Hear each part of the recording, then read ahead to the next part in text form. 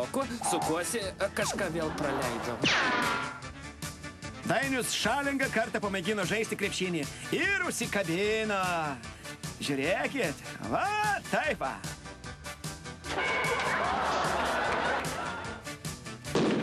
Raimundas Rumšas garsino Lietuvą, laimėjo bronzą Tour de France lenktynėse, bet vėliau buvo įveltas į neaiškų dopingo skandalą ir krito veidu į burtą. Brangioji, nuo pernai tu labai patobulėjai. Atrodai labai dailiai ant slidžių. Kokia grakšti figūra, kokie judesiai, kokia plastika, labai seksualu. Brangioji! Gal geriau eikime į viešbutį.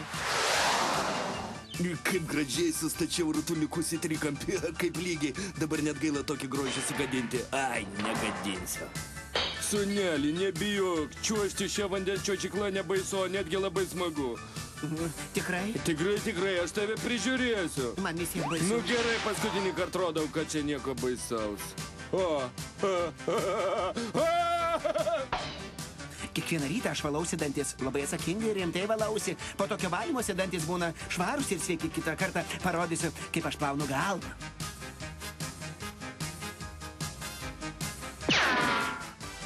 Kaip aš mėgstu maudytis vonioje. Galiu kiekvieną dieną po kelias valandas taip maudytis.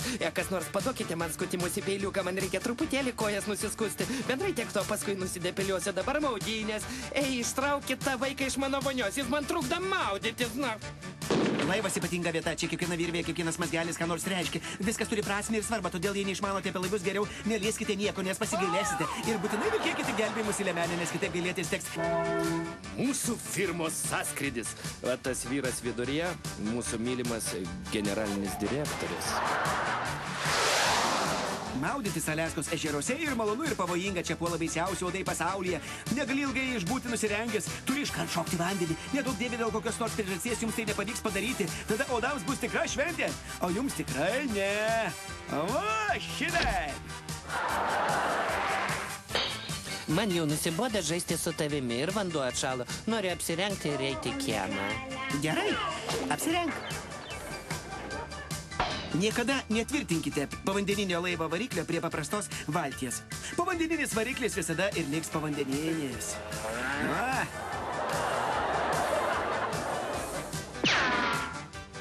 Mūsų klasės plaustas pats geriausias, greičiausias ir tvirčiausias. Mūsų plausto komanda netgi turi savo simbolį, mes jį laikom ant plausto krašto, kad visi matytų ir bijotų. O kartais savo simbolį mes pakabiname ant plausto, kad geriau laikytųsi. Tada galime plaukti į jūrtą, tai yra į prūdų mūšį.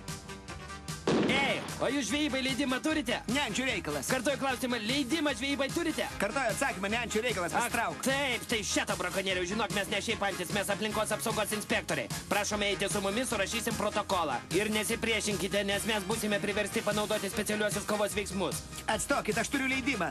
Nu tai taip reikėjo iškart ir sakyti, o jūs sukūrėte nereikalingas konfliktinės situacijas. Ir nuraminkite tą šunį, čia jums ne miškas, kad galima būtų skalyti.